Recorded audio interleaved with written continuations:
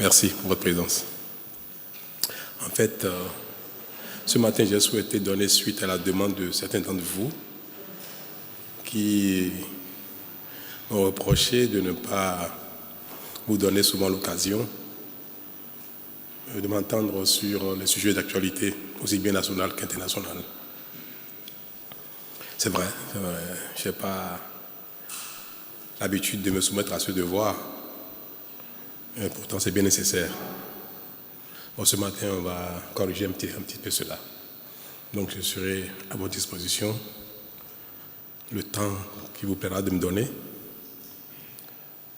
sur tous les sujets d'intérêt pour vous. Qu'est-ce qui vous préoccupe au plan national? D'abord, Monsieur Plogan, je suis à vous.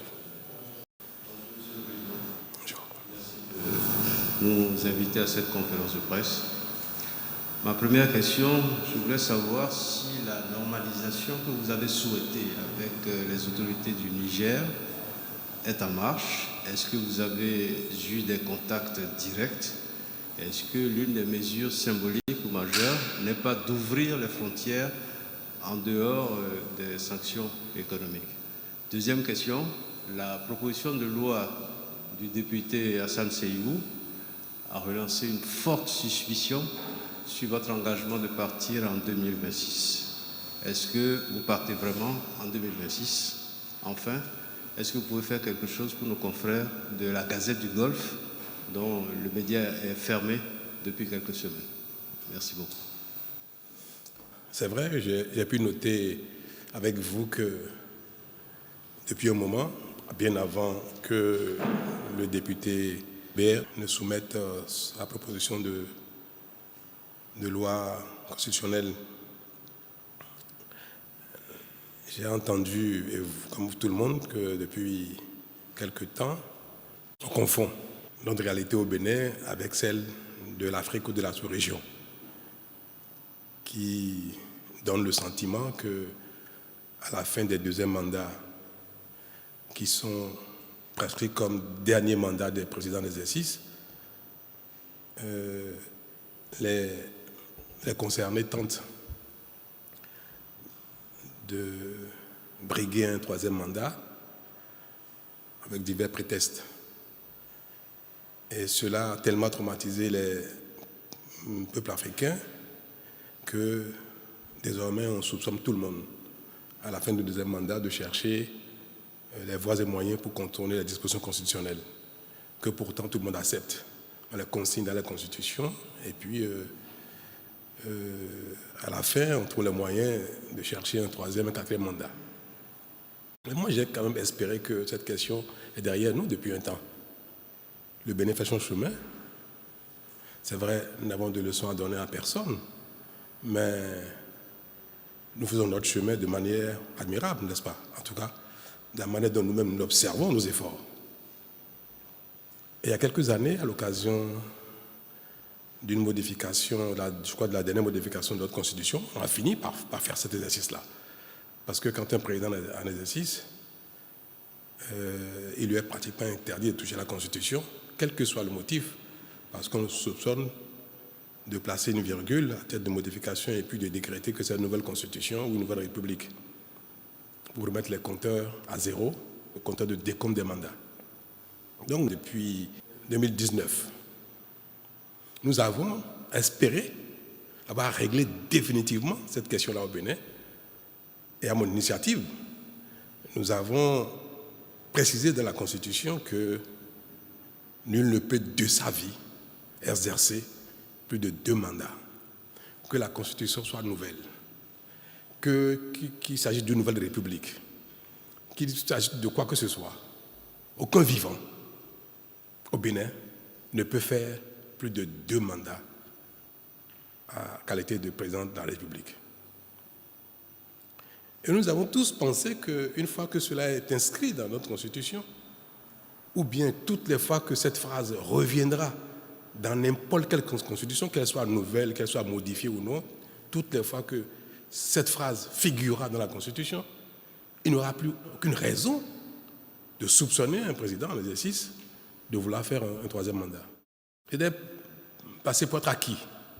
Puis, la fin s'annonçant, on revient encore sur cette question, comme si cet acquis, cette phrase qui est dans la Constitution, comme si soit on s'apprête à l'évacuer, à le sortir de la Constitution, soit, même si elle demeure dans la Constitution, elle n'est plus suffisante pour nous apaiser sur cette question-là.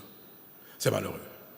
Parce qu'en fait, ce sont les acteurs politiques qui agitent cela, juste pour se donner une raison d'exister, pour créer de la polémique, pour animer le débat politique avec un sujet qui en fait n'en est pas un.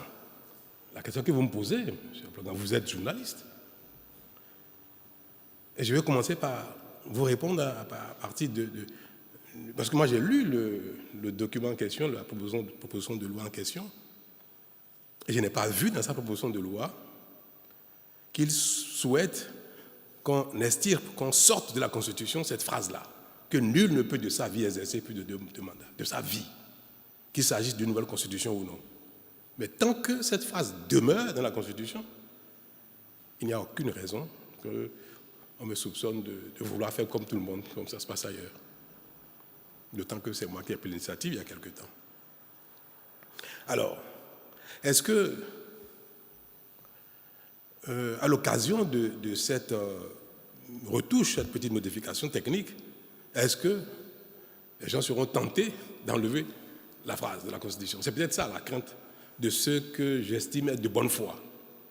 Attention, c'est une bonne phrase qui est dans la Constitution, c'est très bien, mais est-ce qu'à l'occasion de l'examen d'une retouche technique, les uns et les autres ne seraient pas tentés d'enlever cette phrase-là? Je crois que personne au Bénin ne pourra le faire. Personne au Bénin. Il n'y a pas un Béninois sur les bientôt 13 millions que nous sommes qui veuille bien que cela se passe. Personne. À commencer par moi-même. Donc, je voudrais que les Béninois, que ce soit les acteurs politiques, civils, les enfants, les jeunes, les personnes âgées, je voudrais que tout ce qui est désormais un acquis pour notre pays, pour notre peuple, que nous le préservions tous et que nous ne rentrons pas dans des débats politiciens pour remettre en cause nos acquis communs pour lesquels nous avons du mérite collectivement. Ce n'est pas bien. Cela nous salit tous. Cela remet en cause nos efforts de réforme. Et cela donne l'impression que le Bénin n'a pas changé. Non, ce n'est pas vrai. Non, c'est à chacun de nous, surtout vous, de rappeler les gens à l'ordre, si je peux utiliser l'expression, pour dire non, non, non, le Bénin n'est plus à ça, après c'est fini. Au plan national, même vu de l'étranger, de l'international, nous avons tourné cette page-là. Le Bénin est un autre pays, le Bénin n'est plus dans cette catégorie-là. Et pour revenir un peu sur la question, parce qu'elle intéresse les Béninois et presque nous tous sur le bien fondé de la modification du dispositif électoral. La Cour a demandé de faire une correction au code pour réparer une illégalité qui s'est introduite vraiment par erreur. Nous avons utilisé 2 types de calendriers, des dates précises et un calendrier électoral de la Constitution pour rythmer les élections. Et dans le code électoral, les dates intermédiaires pour les documents à fournir et consorts ont été indiquées en nombre de jours calendaires. Cela a généré qu'en 2026, l'esprit de la Constitution a été donc pris à défaut par ces 2 différents modes de fixation des dates électorales. Et donc pour corriger cela, c'est très simple, il suffisait de modifier le nombre de jours séparant la date du scrutin de la date de dépôt des candidatures pour les élections présidentielles. Mais avant de faire cette correction, il fallait répondre à une question. Est-ce que pour les élections présidentielles à venir, ce sont les députés et les maires actuels qui doivent délivrer les parrainages, ou plutôt les députés et les maires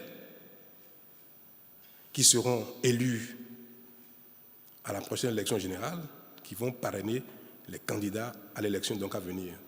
D'autant que les élections législatives et communales auront lieu en 2026, avant l'élection présidentielle. Je crois que les élections législatives, les élections générales auront lieu le 11 janvier 2026. Le 11 janvier 2026. L'élection présidentielle aura lieu, le premier tour, le 12 avril 2026. Et les candidats à l'élection présidentielle devront déposer leur dossier au plus tard, je crois, le 5 février. Je vais me répéter. Élection présidentielle le 12 avril 2026, dépôt des candidatures le 5 février 2026. Or, 2 mois avant, ou 1 mois avant, en janvier, le 11 janvier, il y aurait déjà eu l'élection au Bénin pour élire les nouveaux maires, les nouveaux conseillers communaux, les nouveaux députés. Alors, la compréhension normale, qui était d'ailleurs l'esprit de la Constitution est modifiée, c'est que ce sont les députés, les conseillers communaux, les maires qui seront élus en janvier. C'est eux qui devront parrainer les nouveaux candidats aux élections présidentielles. Puisqu'ils sont élus déjà 1 mois avant, ils vont délivrer les parrainages juste dans la foulée aux candidats pour les élections d'avril 2026. Mais comme je viens de vous dire, en utilisant 2 types de calendriers différents, il y a eu un chevauchement sur quelques jours, 2, 3, 4, 5 jours, je crois, chevauchement. Un chevauchement qui n'a pas été perçu en 2019 et que des citoyens ont perçu, ont saisi la Cour constitutionnelle qui a dit, c'est vrai, c'est pertinent, il y a 4-5 jours qui posent un problème. La Cour constitutionnelle a invité les parlementaires à faire cette correction technique. Pour la faire, comme je viens de vous dire, il faut bien dire attention. Est-ce qu'il faut faire la correction de sorte à ce que ce ne soit plus les nouveaux députés, les maires qui seront élus, qui parrainent, tel que c'était prévu, ou bien que ce soit les anciens qui ont été en mandat législatif ou communal jusqu'en janvier, que ce soit eux qui parrainent. Théoriquement, la question ne se pose pas. Vous savez tous très bien qu'en politique, ce qui est évident pour le peuple n'est pas acquis pour les acteurs politiques.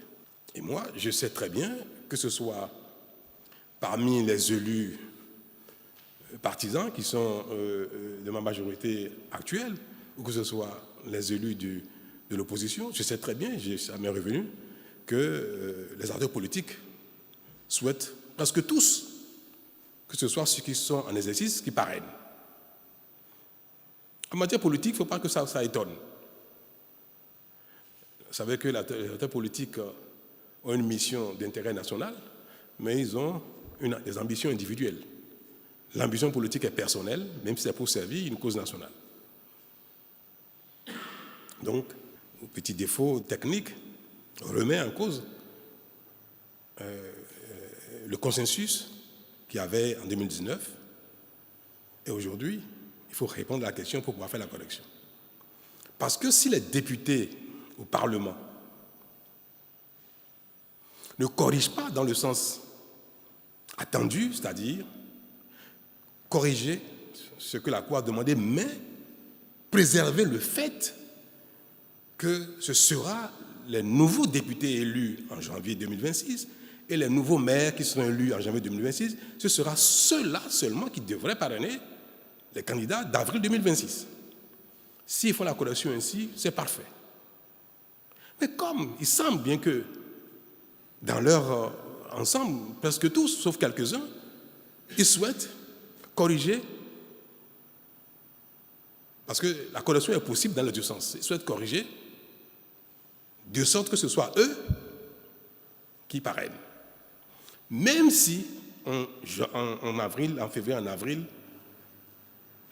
leur mandat aurait pris fin et que Ceux qui seraient candidats à leur propre élection, certains seraient réélus et d'autres ne le seraient plus. Il n'y a aucun pays au monde, vous savez, au Bénin, on ne peut pas espérer penser que tous les députés actuels seront réélus en janvier 2026. Ou que tous les maires, les conseillers communaux, les maires d'aujourd'hui seront réélus en 2026. Mais ce qu'ils veulent faire,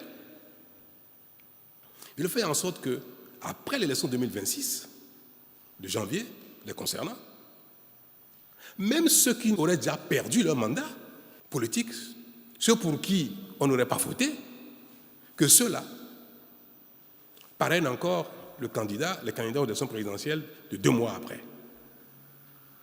Et j'ai dit, si on fait ça, ce n'est pas bien. Ce serait contraire à l'esprit de la Constitution, ce serait même contraire à la volonté du peuple qui a retiré son mandat politique à un député ou à un maire et qui donc ne peut pas entendre le voir continuer d'être dans le processus pour parrainer les candidats à l'élection présidentielle. Et j'ai dit aux députés, que ce soit du Bloc républicain, de l'Union progressiste ou des démocrates, quand je les ai reçus, dans un débat technique, je leur ai dit attention. Vous devez corriger de sorte à ce que ce soit les nouveaux élus qui parrainent. Mais si vous voulez faire autrement, et que vous qui êtes en exercice, vous souhaitez parrainer, alors là, il faut modifier l'ordre des élections. Si l'élection présidentielle a lieu après l'élection législative, vous ne pouvez pas le faire. Mais moi, je suis partant. Et c'est vous que la Cour a prié de modifier techniquement l'erreur matérielle. Je vous en prie, si vous voulez parrainer, moi ça ne me gêne pas. Je ne vais pas aller contre. Parce que je sais qu'en politique, à un moment donné, les intérêts des acteurs comptent. Mais en ce moment, il faudrait alors que l'élection présidentielle ait lieu avant l'élection législative et communale. En effet, si l'élection présidentielle a lieu avant, au moment où il serait en train de parrainer, il n'aurait pas encore été jugé par le peuple, il n'aurait pas encore subi le choix du peuple, il n'y aura pas encore eu l'élection législative. Donc ils auront la légalité, la légitimité politique pour parrainer les candidats. Élection présidentielle ayant lieu un mois, c'est-à-dire en janvier ou en décembre ou en novembre ou même avant. Ils ont leur plein mandat, l'élection n'a pas encore eu lieu, ils conservent la légitimité politique que le peuple leur a donnée. Ils peuvent en ce moment parrainer légitimement. Vous avez le choix. Moi, je dis, si vous voulez que je parte même 2-3 mois plus tôt, ça ne me gêne pas. Si vous modifiez le rythme électoral et que l'élection présidentielle a lieu avant la vôtre, je vais promulguer. Je ne vais pas m'opposer à ça. Parce que finir mon mandat 1 mois, 2 mois ou 3 mois avant, ce que je n'ai pas fait en 10 ans, ce n'est pas en 3 mois que je vais le faire. Donc moi, je dis, ça ne me gêne pas. Si vous le faites, je vais promulguer. Et en ce moment, vous pourrez légitimement... Mais si vous ne faites pas et qu'on laisse le calendrier actuel, ce n'est pas à vous de parrainer les présidents, les candidats à venir. Ce sera les nouveaux députés et les nouveaux maires. C'est tout. Moi, j'ai entendu partout sur les médias, dans les réseaux sociaux, que je les ai réunis pour suggérer une modification de la Constitution. Et que cette suggestion-là est à craindre, si les gens me suivent, qu'on toucherait à la Constitution en faisant cette modification du rythme d'une certaine version de calendrier électoral. Et qu'à l'occasion, la phrase qui nous protège, nous tous, de cette hantise-là, que cette phrase, même si elle demeure, c'est bizarre, Talon est trop intelligent, il va trouver les moyens de faire quelque chose, c'est un malin, comme ça, ou bien alors, à l'occasion, il va trouver les moyens d'enlever cette phrase.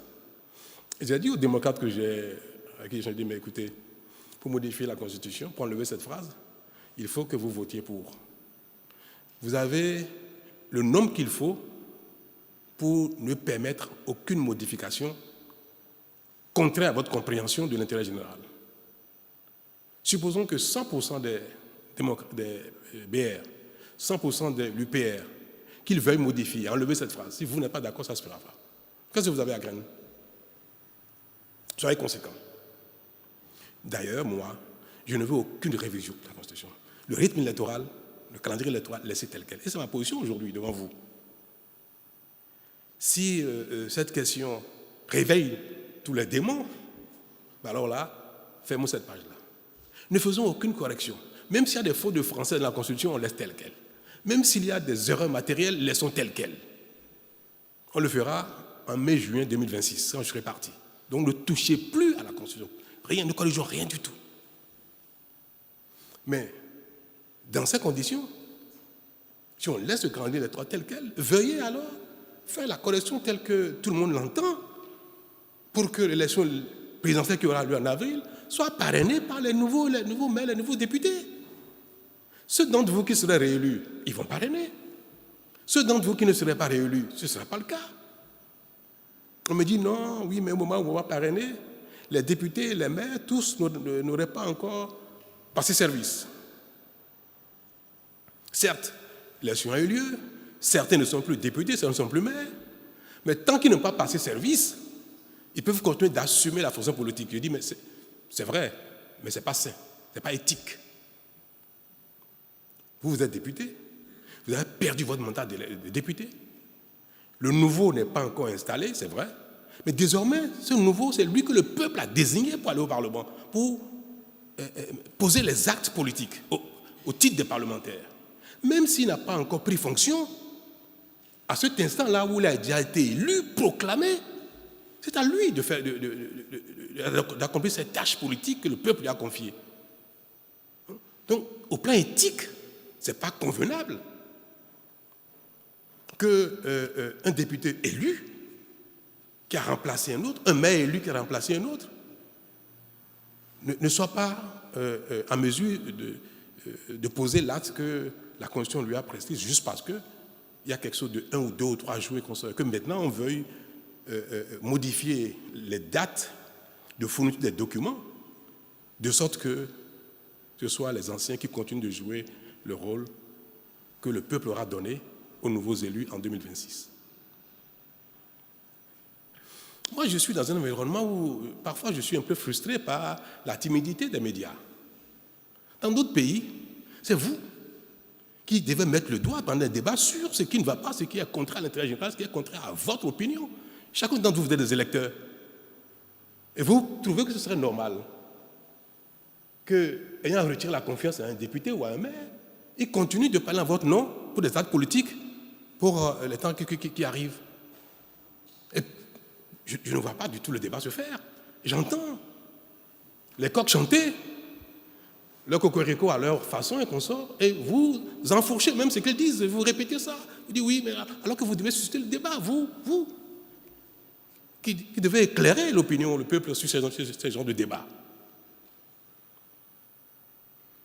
Moi, je me réjouis de que vous me posiez cette question ce matin pour vous dire, mais est-ce que cette question-là, ça concerne Patrice Talon ou bien ça concerne ceux qui font le débat?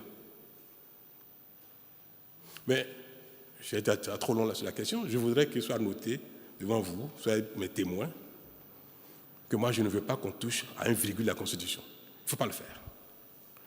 Et je l'ai dit déjà aux députés qui se réclament de mon bord, aux maires qui se réclament de mon bord, que ce soit UP ou BR, je leur ai dit, touchez pas à la Constitution. Certes, je ne peux pas vous instruire. Vous êtes député, la nation vous a confié cette mission-là. Vous pouvez même désobéir au parti parce que le mandat n'est pas impératif. Vous agissez au Parlement à votre âme et conscience individuelle de ce qui est bon pour le pays. Mais je vous recommande de ne pas le faire. Je vous souhaite que vous ne fassiez pas. Je ne sais pas ce qu'ils vont faire demain. Mais moi, à partir d'aujourd'hui, là, devant vous, depuis quelques jours, je dis, je ne veux plus me mêler de ça. Qu'ils fassent ce qu'ils veulent. S'ils s'entendent, UP, BR, démocrates, pour modifier le code électoral par consensus, ou simplement avec la majorité qualifiée nécessaire, moi je vais m'incliner, je vais promulguer. S'ils modifient quoi que ce soit et que nous sommes dans un régime démocratique, je suis un démocrate, si les choses se font selon les règles, je ne demanderai même pas de deuxième lecture pour quoi que ce soit, je vais promulguer. Parce qu'il est temps que les polémiques ne continuent pas d'animer notre vie au quotidien. Surtout que ça n'a pas d'intérêt. On notait, M. Ablogan, que, je ne demande aucune révision et je me poserai à la révision de la Constitution. Pas les moyens qui me sont permis en disant non, il ne faut pas le faire. Et puis, maintenant, s'ils le font comme je suis un démocrate et que ça s'impose à moi, je m'acharnerai à faire en sorte que ce que je ne trouve pas bien ne se fasse pas. Donc, à la limite, ne pas réviser. C'est moi mon choix de ne pas toucher la Constitution. 2, que les modifications à faire soient conformes à l'esprit de la Constitution et à l'éthique.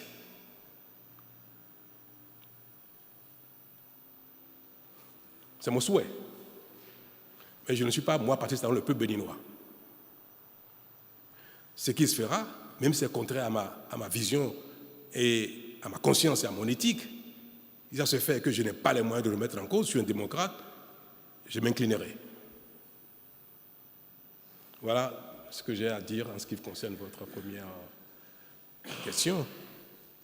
Maintenant, vous voulez que ce soit la question sur le Niger qui vienne après ou la question de votre confrère Niger? Vous savez, c'est une question qui, aussi bien contre le Niger, le Burkina que le Mali, c'est une question qui, moi, personnellement, me peine de plus en plus.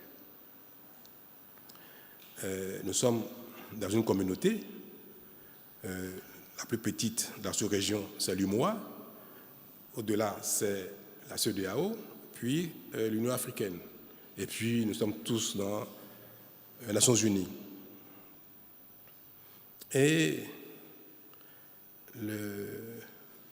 la mission dévolue à ces regroupements de pays, à ces communautés, c'est de veiller à ce qu'il y ait la paix, la liberté, le développement, la démocratie pour les habitants de cette planète, pour le monde.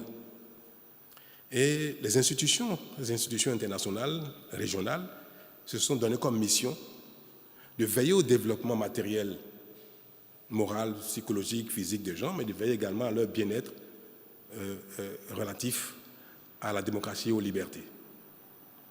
Pareil aux Nations Unies, pareil à l'Union africaine, à CEDEAO, à l'UMOA. Donc c'est cette mission que nos diverses institutions ont.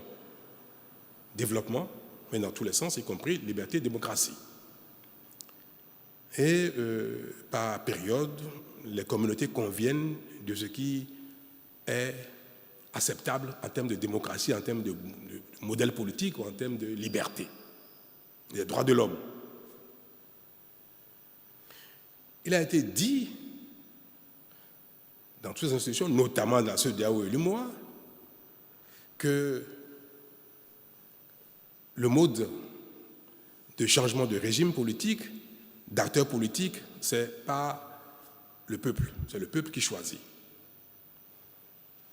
Et toutes les fois qu'il y a forcing, soit par les armes, soit par des moyens non armés, mais aussi détestables que les moyens armés, ce que nous appelons les forcing constitutionnels ou institutionnels, que les communautés donc disent non, ce n'est pas conforme à ce que nous avons tous convenu de faire ensemble, de protéger, de défendre. Et on appelle les gens à l'ordre et à besoin, on met des sanctions pour les contraindre à ne pas persister. C'est ce qui s'est passé au Mali, au Burkina, Guinée, au Niger. Il y a eu des coups d'État. Dans chacun de ces pays, le coup d'État est interdit. À plus de raison, au niveau de la communauté internationale.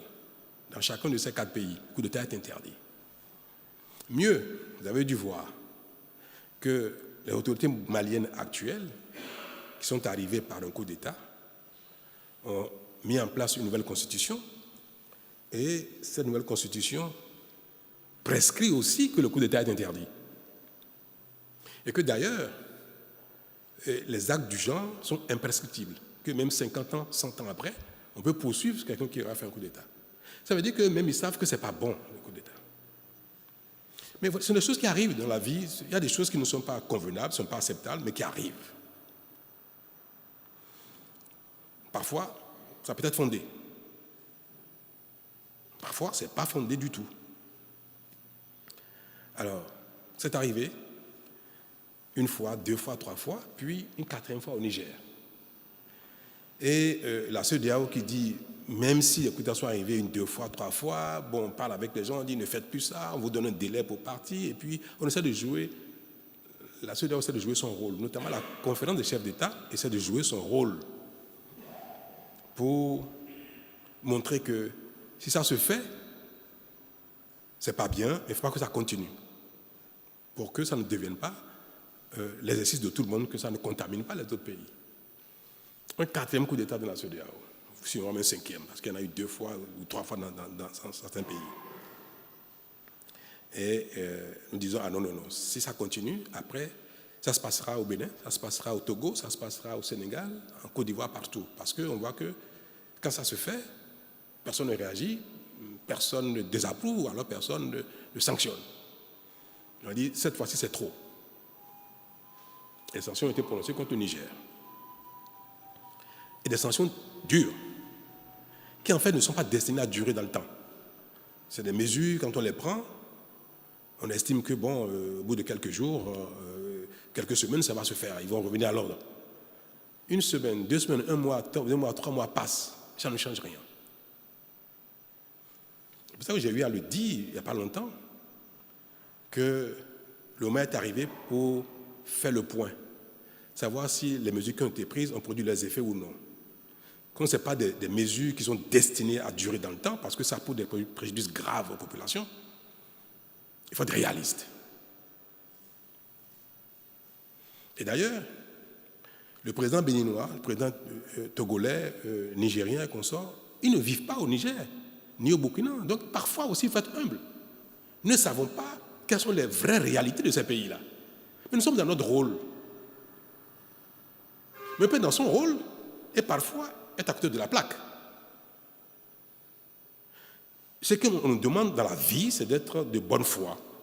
Et chaque fois que nous prenons une décision, que ce soit guidé par la bonne foi. Est-ce qu'au moment où cette décision a été prise, on était de bonne foi? Est-ce que ce n'était pas normal qu'on prenne cette décision? Si aujourd'hui quelque chose se passe en Côte d'Ivoire ou au Sénégal, ou ce qui se passe, est-ce que si ce n'est pas bien, est-ce qu'il ne faudrait pas que la communauté dénonce que ce n'est pas bien? Si demain quelque chose se passe au Bénin, si demain quelque chose se passe au Togo, ce n'est pas bien que la communauté dise non, ce n'est pas bien. Non, nous sommes dans notre rôle en disant ce n'est pas bien, il faut corriger, il ne faut pas que ça continue. Mais quand les peuples, la nature, la vie ou le sort, parfois nous imposent quelque chose, il faut être responsable, c'est celui qui sait prendre acte, constater que, malgré sa bonne foi, les choses ne se passent pas comme il souhaite, et dit bon, il faut tenir compte de ça. Et on a passé ce message au Niger. Je l'ai fait à titre personnel. Il dit, le moment est arrivé où nous devons dire, bon, maintenant, trêve des discussions, des relances, des recommandations, des sanctions et consorts. Dites-nous exactement ce que vous voulez, on va vous accompagner. J'ai dit, moi, personnellement, je suis prêt, au sein de la conférence des chefs d'État, à défendre la position qui est la mienne aujourd'hui en disant, le moment est arrivé pour qu'on fasse trêve de tout ça et qu'on repart de zéro et qu'on prenne acte de ce qui se passe. Et si les autorités nigériennes nous disent ce qu'ils veulent. Parce qu'après tout, personne de la conférence des chefs d'État ne peut dire au nom des Nigériens ce qu'ils veulent. Vous voulez une transition? Vous ne voulez pas une transition? Vous voulez une transition de 6 mois ou de 4 ans ou de 5 ans? Mais dites-le. Puisque la responsabilité nous impose de ne pas statuer dans le vide. Pour statuer, il faut quelque chose. Dites-nous ce que vous voulez, on va statuer dessus et puis on va vous accompagner. Parce que le peuple du Niger est en difficulté avec ces sanctions-là depuis. On n'a pas reçu de réponse. Peut-être qu'eux-mêmes, ils sont en train de discuter entre eux, ils n'ont pas encore une idée claire de ce qu'ils vont faire. Mais même quand c'est ainsi, dites-nous, écoutez, dans 3 mois, dans 6 mois, dans 1 an, on vous dira quel va être le modèle. Aujourd'hui, on ne sait rien, on ne sait pas si vous savez quelque chose de ce qui va se faire au Niger. Et nous sommes les premiers à vouloir que les sanctions s'arrêtent. Moi, je suis pressé d'enlever les sanctions. Ça parce que ça pose des préjudices graves au Bénin. Non. Et je veux que les Béninois le sachent, ça. Ça cause des préjudices au Bénin, c'est sûr. Mais ça cause plus de préjudice au Niger qu'au Bénin. Nos frères nigériens souffrent plus que nous de ce qui se passe. Et ce sont nos frères et sœurs. Donc il est temps pour nous de lever ces mesures-là qui n'étaient pas destinées à durer.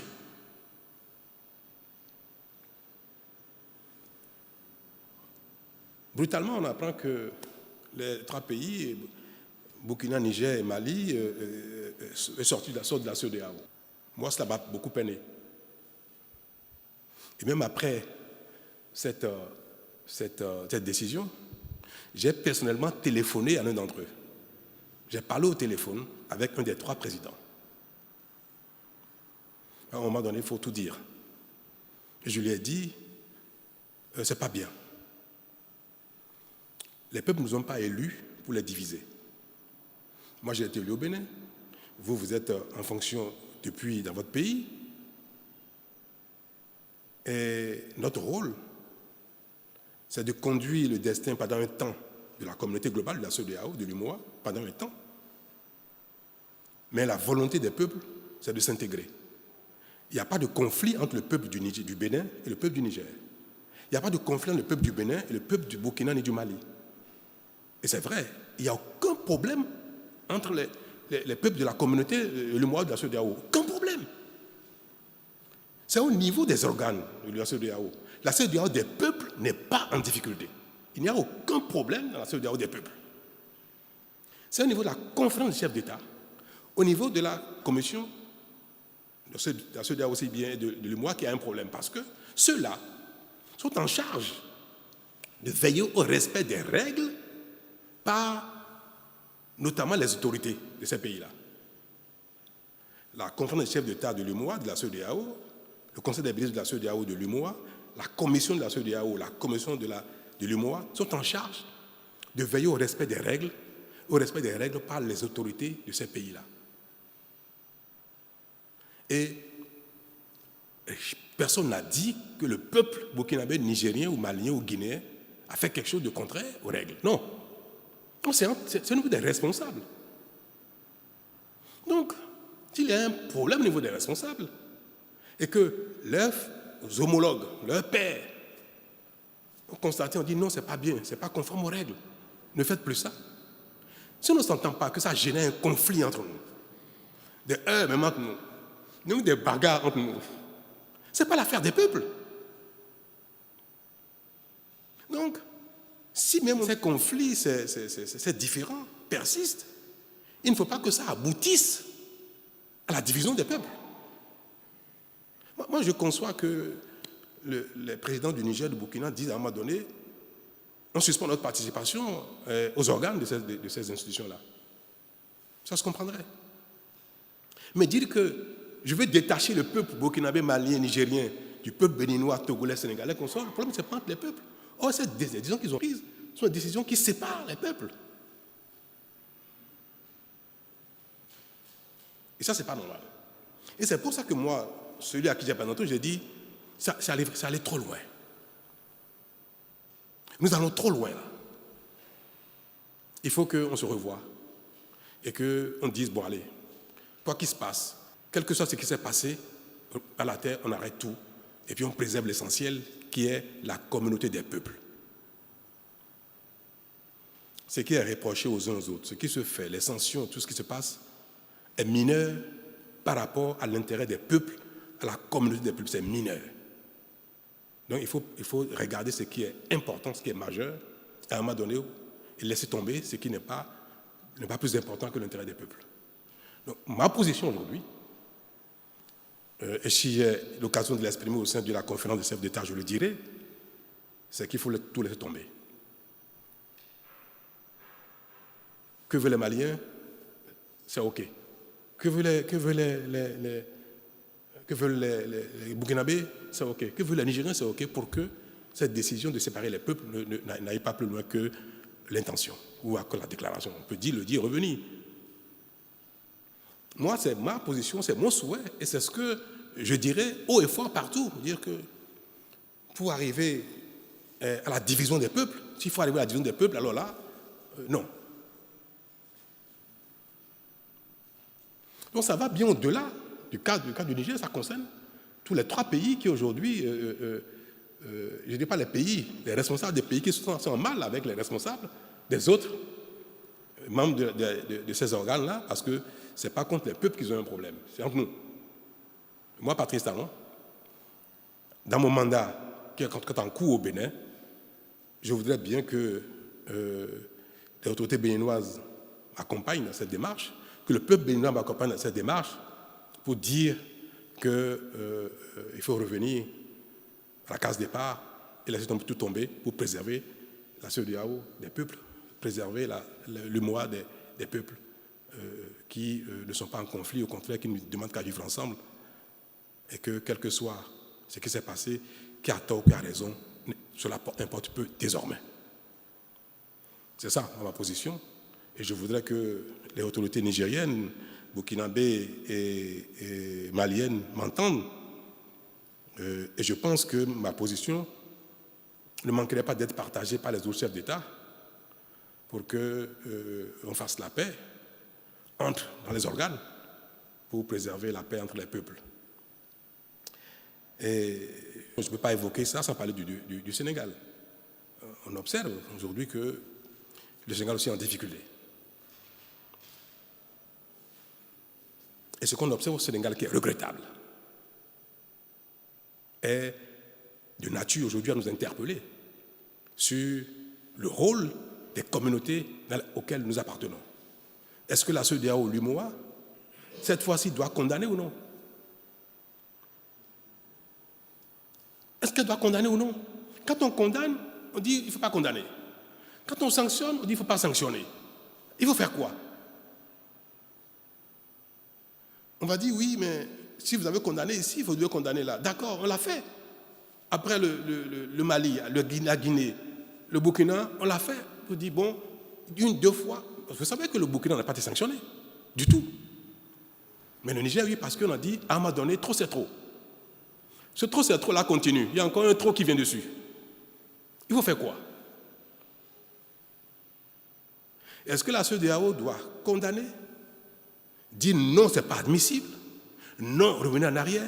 Non, si ce n'est pas fait, voilà les sanctions. On va dire, mais il n'a pas vu ce qui passe au Niger. On l'a fait au Niger. Voilà là où c'est en train de nous amener. Donc, moi, je suis perdu un peu. Je suis perdu. Mais qu'est-ce qu'il faut faire? Si on regarde ce qui s'est passé dans les 4 pays et ce que nous avons pris comme décision, ce que ça a donné, qu'est-ce que nous devons faire aujourd'hui si demain quelque chose se passe encore dans un autre pays comme le Bénin? Ça se passe en Côte d'Ivoire, au Togo, en Guinée-Bissau, on fait quoi? Et c'est là aussi que j'interpelle les médias, j'interpelle le peuple, nos peuples, pour dire, mais parfois, dites-nous ce qu'il faut faire. Moi, j'ai entendu mes populations majoritairement dire qu'il ne faut pas sanctionner le Niger. Parce que c'est les frères et sœurs qui vont souffrir. Et j'ai dit, oui, d'accord. Mais moi, dans mon rôle, je ne peux pas faire ce que vous me demandez. Parce que la plupart des Béninois n'étaient pas d'accord pour les sanctions. Contre la plupart. J'ai fait quoi? J'ai dit, dans mon rôle, je dis non, vous n'êtes pas d'accord, certes. Mais pour l'intérêt de nos peuples, l'intérêt des peuples nigériens, il faut faire quelque chose. Il ne faut pas laisser comme ça, il faut sanctionner. On a vu ce que ça a donné. On est en train de voir que est-ce qu'on n'a pas eu tort d'être allé jusque-là. Quand ça se passe ailleurs, on fait quoi?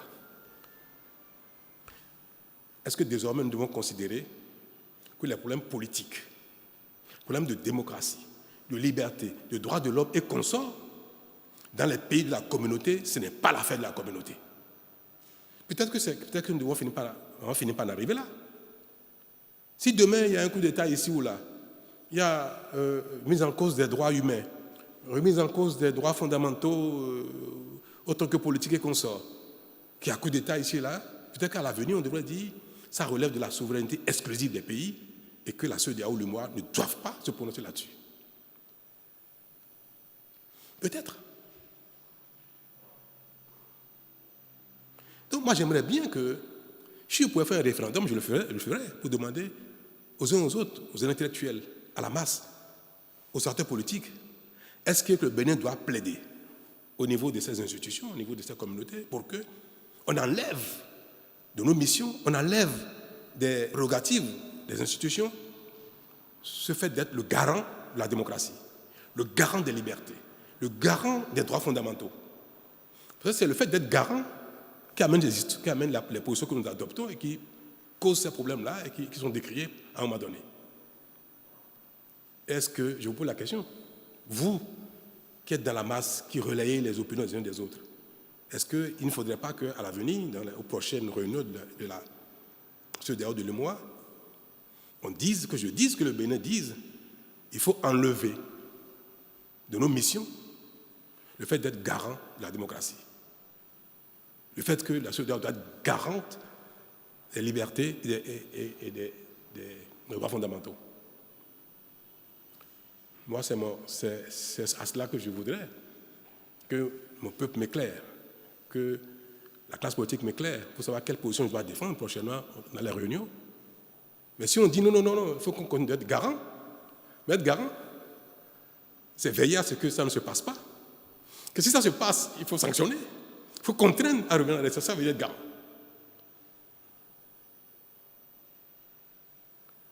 Alors si quelqu'un veut me conseiller dans la salle, je veux bien. Merci. Est-ce qu'aujourd'hui, il y a beaucoup de tumultes dans la sous-région et est-ce qu'il ne faut pas refonder les instances sous-régionales et pour aller, parce que même l'intégration n'a pas abouti, ne serait-ce que par voie terrestre aujourd'hui, un Béninois qui va au Togo, au Ghana, est obligé d'accomplir des formalités qui, en principe, il ne devrait pas accomplir. Est-ce qu'il n'y a pas, vous êtes encore en mission, vous êtes réformateur, est-ce que vous ne pouvez pas prendre l'initiative d'aller à la refonte, à refonder, impulser une refonte au sein de la communauté? Et puisque j'ai le micro, je voudrais... Vous allez continuer. La question elle est très importante. Et je pensais à quelque chose quand vous parliez, je voudrais bien que vous veuillez que je vous donne ma position là-dessus. Nous avons un idéal, l'intégration des peuples, sur tous les plans, économique, social, monétaire, tout ça. L'intégration la plus aboutie, après on saute les frontières, tout ça, et puis libre circulation des personnes et des biens. C'est notre idéal qui a été fixé. Mais au départ, l'ayant fixé, on savait très bien que ça ne se fait pas du jour au lendemain. On le savait très bien. Quand la CEDEAO a été créée, personne n'avait l'illusion que dès la signature, dès la ratification par les pays, que le lendemain, l'intégration allait atteindre sa forme maximum. On le savait très bien. Le temps est passé. 20 ans, 30 ans, 40 ans derrière nous. Mais là où nous sommes arrivés, ce n'est pas satisfaisant. On n'est pas allé très loin par rapport à ce qu'on aurait pu faire en tant d'années, en tant de décennies. C'est ça le constat. C'est que le temps qui est passé est long. Nous n'avons pas fait grand-chose. On a fait de petites choses quand même. L'UEMOA est la communauté financière et économique la plus enviée de toute l'Afrique. La CEDEAO, pas moins. Vous savez que même les pays comme le Maroc ont demandé à intégrer la CEDEAO. Certains sont sortis, sont revenus. Parce que nous faisons de tout petits pas, mais pas de grands pas. On ne peut pas dire que c'est un échec. On va dire qu'on n'a pas fait assez. L'Union européenne a mis du temps pour arriver là où ils sont aujourd'hui. Donc, tout ce qui... Même entre deux personnes qui s'aiment, très amoureux, si vous découvrez coup de fou, vous mariez le lendemain, ça peut mal se passer. Il y a un temps pour aller dans l'union, pour que l'union soit totale. Je voudrais donc vous dire ça, qu'on ne peut pas dire que c'est un échec, que la volonté d'être en communauté économique est un échec parce qu'on n'a pas fait de grands pas. Mais est-ce que pour autant, parce que nous n'avons pas avancé autant qu'on aurait pu, est-ce que pour autant, il faut se retirer? Il faut casser ça. Est-ce que l'idéal ne vaut toujours pas? Pour moi, l'idéal vaut toujours. C'est parce que les responsables que nous sommes aujourd'hui, nous n'avons pas réussi, nous n'avons pas réformé, que peut-être ceux qui vont nous remplacer ne le feraient pas. Il ne faut pas que les responsables d'aujourd'hui à cause de leur insuffisance de résultats, cassent ce que leurs aînés ont construit, sachant que chaque génération doit faire son effort pour que l'intégration aboutisse totalement.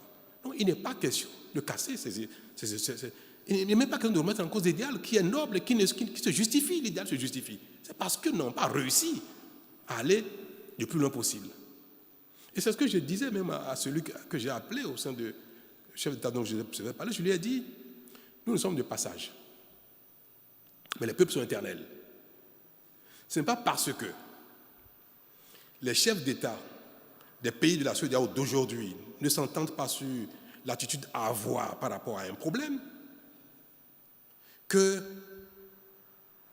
faut casser l'idéal. Parce que demain, Talon ne sera plus président du Bénin. Tinubu ne sera plus président du Nigeria. Ouattara ne sera plus président de la Côte d'Ivoire. Faure ne sera plus président du Togo.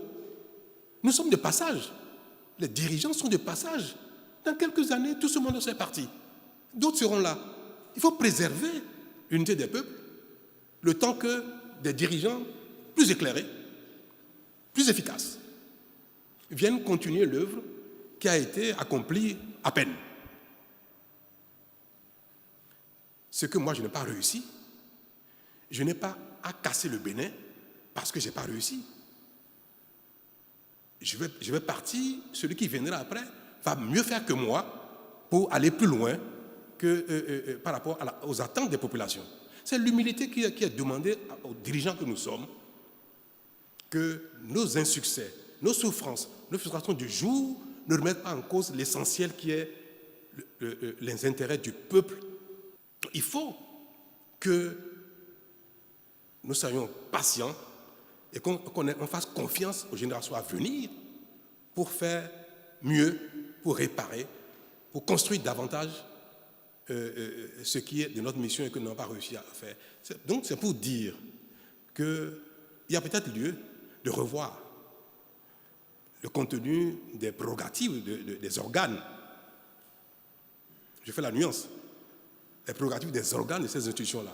La conférence des chefs d'État, est-ce qu'elle devrait, à l'avenir, tout en maintenant l'idéal de la CEDEAO, est-ce que la conférence des chefs d'État doit aller jusqu'à sanctionner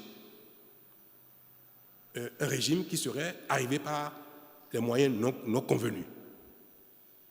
Est-ce qu'il faut aller jusqu'à sanctionner? Est-ce que la conférence, le conseil des ministres de la CEDEAO de l'UMOA doit aller jusqu'à faire telle chose? Donc, nous pouvons voir quels sont les amendements qu'il faut apporter, peut-être pour ces temps-ci, quitte à ce que les générations à venir, peut-être les réintroduisent. Mais il y a lieu à une réflexion, sans aller jusqu'à faire un constat d'échec et dire on laisse tomber, chacun fait son chemin tranquillement, le Bénin fait son chemin. Non, ce n'est pas bon. Je ne sais pas si je peux enclencher avec une préoccupation nationale relativement à la nomination des conseillers, des ministres conseillers, qui, de mon point de vue, et cet avis est partagé par beaucoup de conseillers, déroge à une dynamique que vous aviez impulsée, à savoir de collaborer avec un nombre succinct de ministres. Est-ce que vous rompez avec une dynamique de la rupture? Et sinon, quels sont les déterminants de nomination de ces ministres conseillers? D'accord. S'agit-il d'un shadow cabinet? Merci, Monsieur le Président. Merci. Alors, je vais répondre à la troisième question de M. Aplogan. Vous avez dit qu'est-ce qu'il faut faire pour votre confrère du golf, qui apparemment, parce qu'effectivement, quand j'allume la télé, je n'arrive plus à voir golf. Et je peine aussi, pour certaines peines aussi à ne plus voir, parce que nous avons une pluralité de médias et c'est très bien que ça continue ainsi. Mais je ne suis pas patron de la HAC. Je sais qu'il y a eu des manquements à la déontologie. Je me suis renseigné, que je ne suis pas indifférent à ce qui se passe. Je me suis renseigné et j'ai eu l'information de ce que des manquements à la déontologie ont amené la HAC à prononcer des sanctions contre ce média. Je sais aussi, j'ai vu qu'ils ont saisi la Cour constitutionnelle, mais je ne sais pas s'ils ont fait les recours, aussi à la Cour suprême ou ailleurs, je ne sais pas. Je ne sais pas quelles sont les démarches qui sont en cours pour que la sanction tombe. Mais les voies de recours existent. Donc ce n'est pas au président de la République de remettre en cause la décision de la HAC. Ce n'est pas dans mon rôle et je ne le ferai jamais. Mais j'espère que votre confrère va exercer les moyens de recours dont il dispose pour que cela se règle assez vite. Mais sinon, s'il y a des voies de grâce, je ne sais pas, je ne connais pas de détails, peut-être que ça peut être aussi une voie pour régler ce problème-là. Mais je note que c'est malheureux que depuis un temps, ce média n'est plus là, soit plus accessible aux téléspectateurs que nous sommes.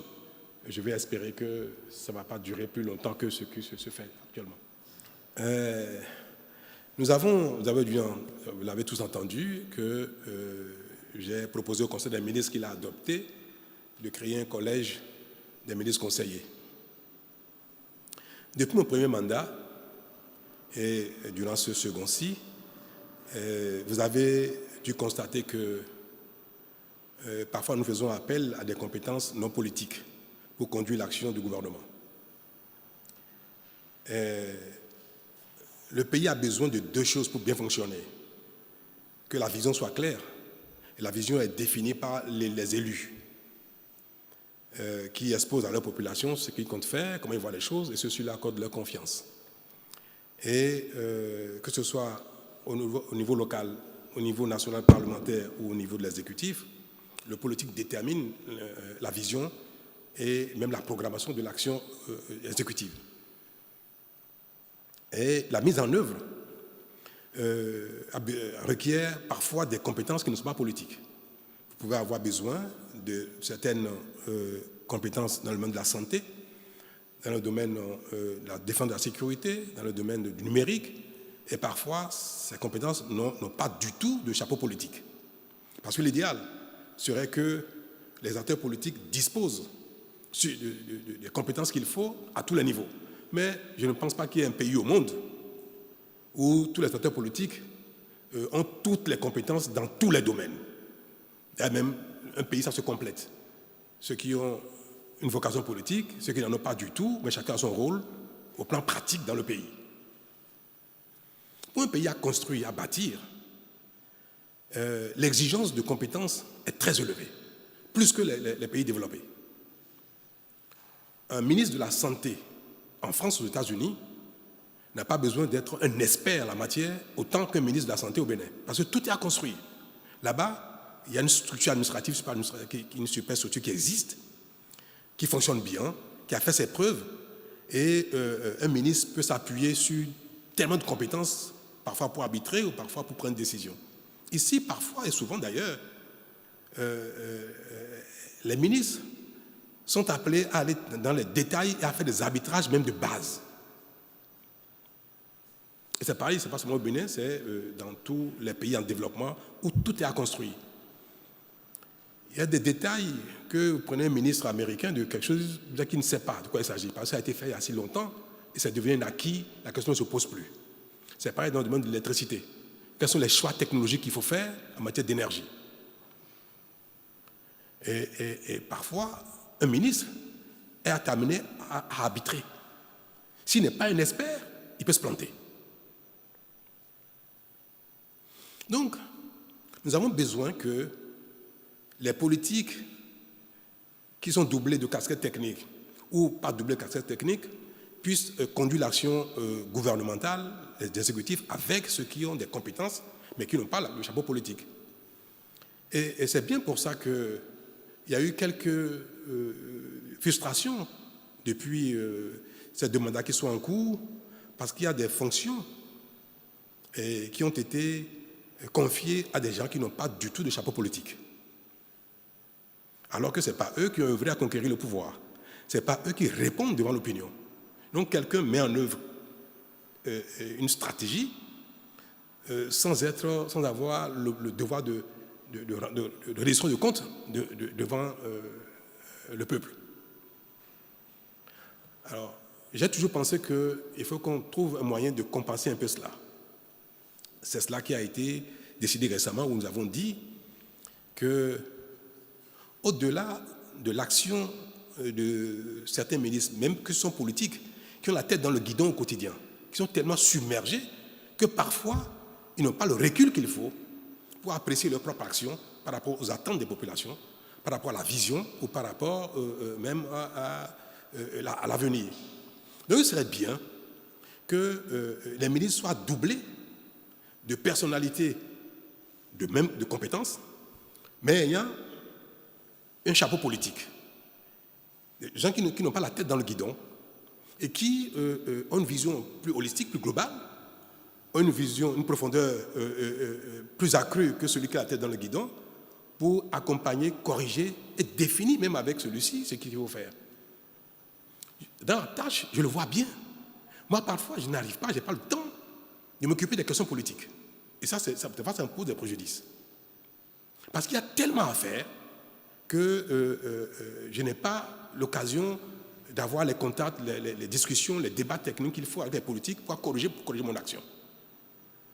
Il est impératif que ceux qui ont la tête dans le guidon aient aussi à leur côté des conseillers, à leur côté des gens qui portent la vision, qui connaissent les réalités du terrain, qui peuvent apporter les recommandations qu'il faut, relayer à ceux-ci ce qui est plus pertinent pour ajuster les choix et même faire le suivi de l'action gouvernementale sans avoir la tête dans le guidon.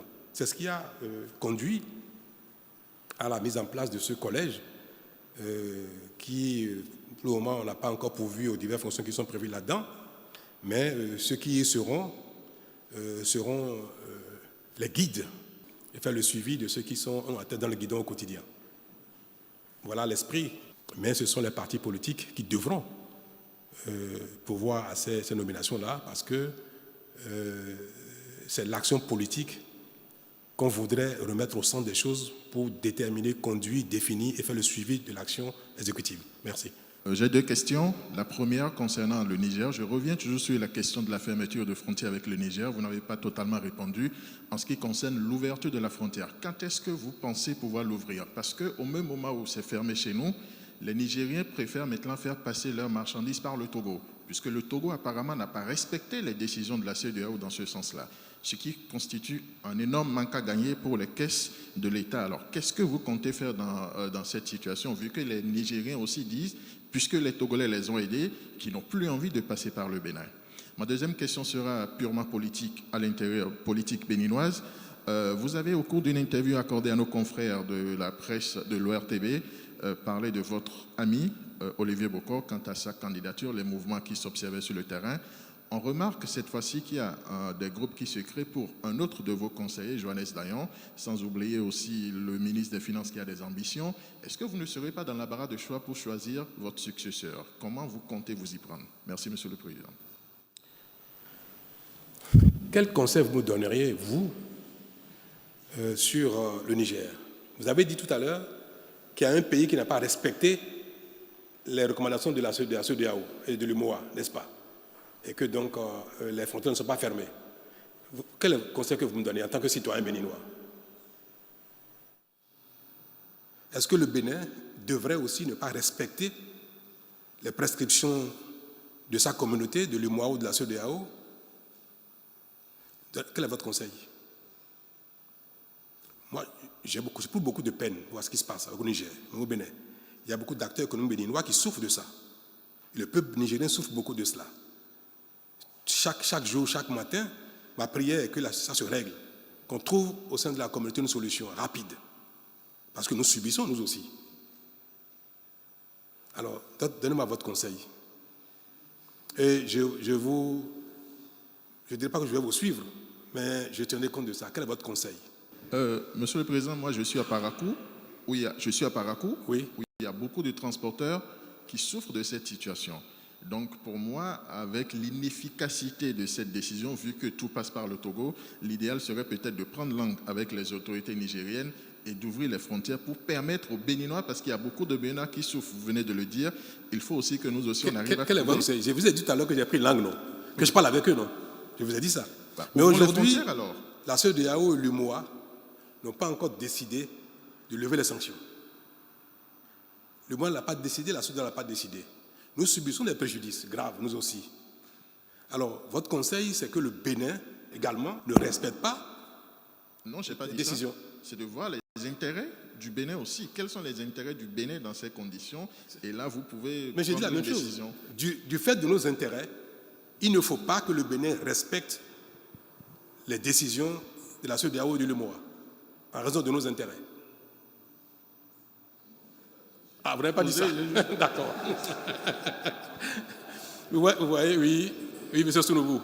Par des intérêts du Bénin, justement, vous fassiez pression sur vos pairs pour qu'une décision, justement, en faveur de l'ouverture rapide des frontières ait été prise. Parce que vous-même, Merci. vous êtes plein de la durée par trop de ces sanctions qui ont pénalisé plus le peuple que, justement, ces dirigeants-là. Merci. Et c'est ce que je fais déjà. Bon, je n'ai pas dit, lisez entre les lignes, comprenez entre les mots, ce qui est dit à moitié, peut-être compris entièrement. Mais je n'ai pas à vous dire là, qui suis-je, moi, pour faire pression sur les présidents des autres pays et le dire que je fais pression sur les présidents, que je plaide. J'ai tout à l'heure le mot plaider. J'ai utilisé le mot plaider, et c'est mon rôle ça. Je n'ai pas les moyens de faire pression sur qui que ce soit, mais je peux plaider. C'est ce que je fais déjà d'ailleurs. Et je vais espérer, je l'ai dit tout à l'heure, lisez ça entre les lignes, il a dit que j'espère que ça va se faire très vite, qu'on va prendre une décision. Mais le Bénin n'est plus du genre à ne pas respecter, même à l'intérieur de notre pays. Si chacun de vous, chacun doit, au gré de son intérêt, ne pas respecter les règles de la communauté béninoise, est-ce que ce serait bien? Vous voulez que moi je vous dise que le Bénin ne respectera pas, en cause de ses intérêts, les prescriptions de notre communauté commune? Alors demain vous me direz, Monsieur le Président, à cause de mes intérêts, moi, en raison de mes intérêts propres, je ne veux plus respecter une telle disposition, une telle règle du Bénin. Et vous aurez raison, puisque moi je donne l'exemple. Mais moi, je parle Togo, je parle le président du Togo. Le Bénin parle Togo. Chacun fait ce qu'il veut. Je ne sais pas. Peut-être que le Togo respecte, je ne sais pas. C'est vous qui avez dit que le Togo ne respecte pas. Moi, je ne sais pas. Pour moi, le Togo respecte. La deuxième question, c'était quoi déjà? Oh, mon Dieu. Est-ce qu'on peut prendre le temps de travailler pour le pays et de parler de cette question au moment opportun? Je l'ai dit il n'y a pas longtemps. Que le moment viendra où cela va être un débat. Comme je l'ai dit, je pense que le délai raisonnable, c'est environ 6 mois avant. Alors que mes amis, mes collaborateurs, mes proches veulent être candidats, c'est légitime. Que la plupart d'entre vous ici veuillent être candidats, c'est légitime. Mais au moment opportun, je ferai le choix de celui que je vais soutenir, celui pour qui je vais voter, en regardant l'intérêt de mon pays, mon intérêt en tant que citoyen. Je dis une chose, notez-le bien, moi j'ai besoin que personne assume mes arrières. Personne. Je ne veux pas d'un candidat qui me sera loyal. Il faut que le candidat, le bon pour nous tous, c'est ce candidat qui va être le meilleur pour le Bénin. Qui va être loyal au Bénin et non à Patrice Talon. Moi je n'ai pas besoin que quelqu'un assume mes arrières. Mes arrières, c'est que le Bénin se porte bien, que, en tant que citoyen béninois, que j'ai du plaisir à constater que mon pays se développe et que si jamais j'ai fait quelque chose ou les miens ont fait quelque chose dont tu dois rendre compte, qu'on le fasse parce que c'est comme ça qu'on va construire le Bénin. Donc, qu'il s'appelle Pierre ou pas que ce soit mon frère et consort, je verrai au moment opportun, si c'est lui qui est le plus indiqué pour le Bénin, c'est tout. Alors ne faites pas de soucis pour moi. Merci. Donc là, Mabalo, Eden TV. Monsieur le Président de la République, une question d'ordre social. Social parce que nous avons tous suivi que plusieurs agents de l'État ont été mis à la retraite d'office. Et parmi eux, il y en a qui ont même connu des accidents cardiovasculaires. Je ne sais pas si vous avez entendu parler de ça. Certainement, Monsieur le Président. Alors, quels sont les critères qui ont prévalu au choix des agents qui ont été mis d'office à la retraite? Est-ce qu'on a pensé à leur avenir? Est-ce que ce n'est pas une décision qui crée un problème sérieux dans la République? Je vous remercie. En fait, le problème qui se pose, c'est quoi? C'est un problème de revenus, non? Est-ce que ce n'est pas surtout ça? Parce que j'ai entendu, je regarde les médias, je lis beaucoup, tout ce qui se dit. J'ai noté que mes concitoyens, beaucoup sur les médias disent, mais comment on peut, quand on va à la retraite, on prend le temps de le préparer? Comment du jour au lendemain, quelqu'un perd son salaire et devient un pensionnaire de l'État? C'est-à-dire, au lieu de tuer son salaire, il touche une pension qui n'est jamais égale au salaire. Donc il y a une perte de revenus brutale. C'est bien cela. Mais j'espère au moins que tout le monde comprend que la pension sera payée immédiatement. Mais que malheureusement, la pension n'est jamais égale au salaire qu'on a jusqu'à la veille de son départ. Donc il y a un différentiel qui constitue une chute de revenus pour celui qui va aller brutalement sans y être préparé. Donc, je vais d'abord répondre à la question primordiale, celle qui concerne la chute de revenus, avant de parler de critères dont vous avez parlé. Est-ce que vous avez lu le décret? Quelqu'un a lu ici le décret qui organise les mises à la retraite d'office? Je crois que c'est sur le site du gouvernement. Nous avons besoin de construire notre pays tous ensemble. Je viendrai sur les critères. Mais c'est bien que quand on évoque les dommages, les préjudices qui naissent d'une situation, qu'on restitue les choses exactement telles qu'elles sont. Quand vous avez parlé, celui qui va vous écouter ne va pas comprendre que pendant 1 an, il n'y a aucune perte de revenus. Ce n'est pas seulement 1 an, c'est 2 ans. Donc vous n'avez pas bien lu. Vous n'avez pas bien lu. Et c'est ça votre rôle en principe. Vous devez bien lire, comprendre, avant de remuer les cendres et puis interpeller les uns les autres. Je ne donne pas de leçons, mais je note que chacun, parce que c'est bien de critiquer, mais c'est aussi bien de faire la critique juste. Pendant 2 ans, il n'y a pas de perte de revenus. Voilà un modèle qu'on a mis en place où quelqu'un va à la retraite, commence à toucher sa pension immédiatement, mais tous les mois reçoit une compensation financière qui ajuste. Si la personne avait 300 000 francs de salaire mensuel, il va à la retraite. Et la personne touche 200 000 de pension mensuelle pour un salaire mensuel qui était de 300 000. Pendant les 2 premières années, il est chez lui, il touche sa pension normale, mais il perçoit 100 000 francs. Le complément, la différence, on lui est payé tous les mois. Donc pendant 2 ans, il peut faire autre chose. Il peut faire des affaires, du business, faire tout ce qu'il veut. Il touche sa pension et il n'a pas de perte de revenus. Est-ce que ce n'est pas à saluer? On viendra sur les critères pour voir le bien fondé de la décision. Mais en termes de modèle, pendant 2 ans, si vous êtes à 3 ans de la retraite, si vous êtes à 4 ans de la retraite, au moins pendant les 2 premières années, vous avez votre revenu plein que vous touchez tout en étant à la maison. Je vous dirai tout à l'heure pourquoi on a fait ça. Mais pendant le temps qui reste, s'il n'y avait pas eu ministre de la retraite d'office, j'irai à la retraite dans 4 ans. Pendant 2 ans, ils ont le plein. Pendant les 2 ans restants, ils ont la moitié. S'il reste 20 ans à quelqu'un, je crois qu'il n'y a personne à qui il reste 20 ans, personne. Je caricature. Prenons l'exemple où quelqu'un, pendant 20 ans, il lui reste 20 ans pour la retraite normale. Si pendant 2 ans, il touche le revenu plein, les 18 années qui restent, il va toucher la moitié des frais de revenus plus sa pension. Du perte de revenus plus sa pension. Mais c'est extraordinaire. Pour autant que la mise à la retraite soit pertinente. Mais en termes financiers, moi je n'ai vu dans aucun pays un État faire ça. Quand même, la mise à la retraite d'office n'est pas quelque chose que le Bénin a inventé. C'est pour vous dire, chers amis, que tous ceux qui sont concernés auront un traitement particulier de sorte que personne n'ait une chute de revenus, une baisse de revenus pendant les 2 ans qui vont suivre la mise à la retraite d'office. Personne. Tout le monde va toucher son plein revenu en complément, c'est-à-dire de sorte que la pension soit complétée par une prime qui rétablit ses revenus.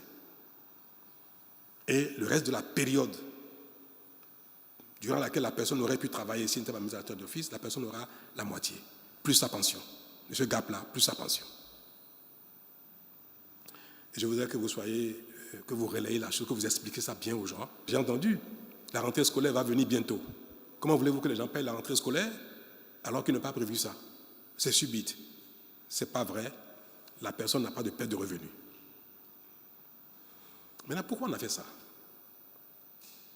Voilà un pays dans lequel nous avons des problèmes d'insécurité, des problèmes de sécurité, de terrorisme. On a besoin, vous savez, on n'envoie pas n'importe qui au front sur les lignes de frontières. C'est des jeunes. Vous n'allez pas mettre un officier, un sous-officier qui a 40 ans, 50 ans, au front. Il n'a même plus la force de se cacher, de courir, d'être alerte, agile pour faire face aux problèmes que nous avons. Donc, nous avons besoin de gens disponibles, de jeunes, pour constituer notre force, notre réelle force de sécurité, de défense, avec un niveau de commandement. Les officiers, les sous-officiers, ceux qui sont d'un certain âge, commandent les jeunes. Donc, il y a ce qu'on appelle la pyramide des forces de sécurité et de défense. Le plus grand nombre, ce sont les jeunes, qui sont forts, vaillants, agiles, qui ont encore la force de l'âge pour être dans les quartiers, pour rester au soleil. Vous ne mettez pas quelqu'un de 50 ou 60 ans au soleil pour réguler la circulation, pour poursuivre un voyou. Le plus grand nombre, ce sont les jeunes. Et en fonction de ce nombre-là, on détermine il faut combien pour le commandement. Donc le nombre du personnel de commandement est fonction du nombre de personnes à commander. Si dans une entreprise qui fait le nettoyage ici, il faut des gens agiles, capables de se baisser pour nettoyer le sol, et il faut après des contrôleurs superviseurs, et nous avons 10 agents techniques de sol, et nous avons 20 personnes pour les commander. Est-ce que ça a du sens? Le travail, c'est celui qui est destiné aux jeunes, à ceux qui sont dans la force de l'âge. Au Bénin, nous avons une pyramide qu'on appelle pyramide inversée, où il y a plus de commandants, il y a plus de gens au commandement que de personnes à commander. Et nous avons dit qu'il faut inverser la pyramide. Il faut recruter du monde, les former. C'est qu'en cours, vous le savez très bien, que nous sommes en train de recruter beaucoup de jeunes. Il faut les recruter, il faut les former. Et il faut maintenant que le nombre de personnes à commander soit conforme au ratio qu'on applique dans ces cas-là. Je vais donner un exemple terre à terre. Un commissariat ne peut être commandé que par un commissaire de police. C'est vrai qu'on ne peut pas mettre 2 commissaires dans un même commissariat. Si nous avons 300 commissariats au Bénin, il faut combien de commissaires? 300 commissaires. Si on en a 350, les autres seront dans l'administration centrale, dans la direction départementale de la police, dans la direction générale de la police. Donc on va les répartir pour qu'ils concourent à la gouvernance globale. Mais supposons que nous ayons 500 commissaires pour 300 commissariats. On a placé les 300, il y a 200 autres. Dans la direction départementale et centrale, on a besoin que d'une cinquantaine. Ça fait 350. Il reste 150 qui n'ont rien à faire. Et beaucoup, cette fois, sont à la maison. Ils ne font rien. Et la gouvernance d'un pays requiert que chaque corps ait le nombre nécessaire correspondant au ratio prescrit pour une bonne gouvernance. Alors, si les gens sont à la maison, ne servent à rien, est-ce que notre rôle, ce n'est pas de structurer de sorte à ce que le corps soit conforme aux prescriptions, aux règles, aux ratios, et que ceux-là qui ne servent, qu'on a malheureusement dans notre histoire, on a amené contrairement aux règles, aux ratios, qu'on ait le courage de dire bon, il faut restructurer, il faut ramener le corps de la police, de l'armée, aux ratios qui sont conformes au bon fonctionnement de la police et de la gendarmerie. C'est mauvais d'avoir aussi des gens qui sont dans les corps et le commandement, qui ne font rien mais qui sont frustrés, ou bien alors qu'on double sur les postes. On les double, on les triple. Là, on a besoin d'une personne, on met 3-4 personnes. Ça porte préjudice au bon fonctionnement. Donc, on sort certains. Mais nous disons, bien que nous soyons en train de faire des réformes pour que le Bénin fonctionne mieux, pour que les corps fonctionnent mieux, il ne faut pas que ça cause trop de préjudice. Et c'est pour ça que nous avons dit, certains, ce n'est pas leur faute. C'est le pays qui a fonctionné comme ça pendant 30, 40, 50 ans. Jusqu'à récemment encore. On recrute qui on veut, même si le besoin n'existe pas. Ce n'est pas leur faute. On dit, bon, on va dégraisser pour avoir quelque chose de plus efficace. Mais au même moment, on va donner les moyens aux associés pour qu'ils ne payent pas seuls le prix. C'est pour ça qu'on a mis en place ces mesures d'accompagnement financières pour qu'ils ne subissent pas de manière trop grave les préjudices de notre faute commune. Nous avons tous fauté, mais forcément, pour réparer, il y en a qui vont payer. Mais ceux-là nous accompagnent financièrement. Mais ce qui nous permet d'avoir une pyramide normale, d'avoir un commandement normal, fonctionnel, efficace. Pour que notre armée, moi j'ai l'ambition que partout dans nos villes, les gens puissent sortir à minuit, 1h du matin, 5h du matin, être tranquilles. Que les gens puissent circuler librement. Que bientôt, que plus personne ne dépasse pas la droite sur nos voies. Que personne ne brûle les feux. Et pour ça, il faut du monde. Il faut des jeunes. Il y a encore beaucoup de besoins à satisfaire. Et nous sommes en train de recruter pour satisfaire ces besoins-là. Mais il faudrait que ce soit dans un corps sain. Le corps de la police et de l'armée doit être sain. Donc, avec une pyramide normale, les ratios normaux et un commandement efficace. C'est pour ça que nous avons fait les calculs et nous avons sorti les ratios. Et tout le monde sait que pour 1000 militaires, il faut combien de sous-officiers, combien de sous-officiers, combien de sous-officiers supérieurs. Tout ça est connu. Donc, c'est en appliquant la pyramide et les ratios recommandés qu'il faut sortir des gens. Alors, on a regardé. Moi, je ne suis pas militaire, mais je suis le chef de l'armée. On a regardé, j'ai mis des commissions en place pour identifier qui commence à avoir des insuffisances au niveau physique, qui commence à avoir des insuffisances au niveau santé, qui, dans les notations, a moins de mérite que d'autres. Vous savez aussi que, je vous le dis, il y a des gens qui n'ont pas de problème physique qu'on sort, mais qui sont moins disponibles. Qui, depuis quelque temps, n'a plus été au commandement. Ce n'est pas sa faute, mais c'est le sort. Et qui, depuis des années, a perdu la main. S'il y a deux, dont l'un est au commandement. Il a la chance d'être au commandement, nommé au commandement, et il joue dans son rôle. Il y a un autre, pareil que lui, même grade et consort, mais lui, depuis 3 ans, il est à la maison. Malheureusement. Je ne sais pas pour quelle raison. S'il ne doit partir entre les deux, c'est qui? Il y a des choix difficiles, il faut faire ces choix-là.